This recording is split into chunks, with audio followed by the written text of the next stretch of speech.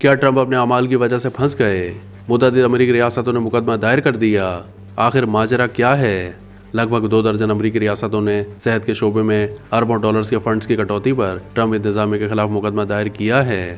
ریاستوں کے attorney generals کے اتحاد نے ٹرمپ انتظامیہ کے خلاف 2 اپریل کو مقدمہ دائر کیا۔ امریکی صدر ڈونلڈ ٹرمپ کی انتظامیہ نے ملک بھر میں متعدد طبی منصوبوں اور کووڈ-19 سے متعلق اقدامات کے لیے وفاقی فنڈز میں 11 ارب ڈالرز کی کٹوتی کا فیصلہ کیا تھا۔ 23 ریاستوں کی جانب سے روڈ آئی لینڈ کی فیڈرل کورٹ میں مقدمہ دائر کیا گیا۔ New York state, Colorado, Columbia, Pennsylvania اور دیگر ریاستوں کی جانب سے دائر مقدمے میں کہا گیا ہے کہ کٹوتی غیر قانونی ہے اور وفاقی حکومت کی جانب سے کٹوتی کے حوالے سے کوئی منطقی جواز پیش نہیں کیا گیا۔ مقدمے میں کہا گیا ہے کہ اس کٹوتی سے عوامی صحت کو شدید نقصان پہنچے گا، جبکہ ریاستوں میں مستقبل میں وباؤں اور دیگر عام امراض پھیلنے کا خطرہ بہت زیادہ بڑھ جائے گا۔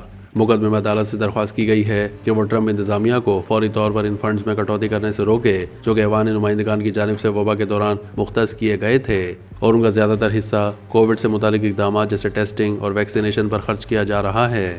ان فنڈ سے ذہنی صحت کے مختلف پروگرامز پر بھی کام کیا جا رہا ہے۔ نیو یارک کے اٹارنی جنرل لیٹیٹیا جیمز نے کہا ہے کہ فنڈز میں کٹوتی سے افیون کے بحران پر قابو پانے کے لیے کی جانے والی پیش رفت ریورس ہو جائے گی، جبکہ ذہنی صحت کے سسٹمز کو نقصان پہنچے گا۔ دوسری جانب U S health and human services department نے ملازمین کو نوٹسز جاری کیے ہیں اور توقع ہے کہ 10,000 افراد کو ملازمتوں سے نکال دیا جائے گا، مگر امریکی محکمے کی جانب سے کٹوتی پر ہونے والے احتجاج پر بیان جاری کرنے سے گریز کیا گیا ہے۔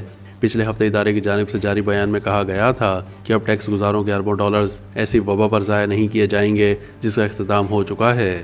یہ بیان اس وقت جاری کیا گیا جب CDC کی جانب سے جاری مارچ کے ڈیٹا سے ثابت ہوتا ہے کہ امریکہ میں اوسطاً ہر ہفتے 411 افراد کووڈ-19 سے ہلاک ہو رہے ہیں، جبکہ وفاقی سطح پر پبلک ہیلتھ ایمرجنسی ختم کی جا چکی ہے۔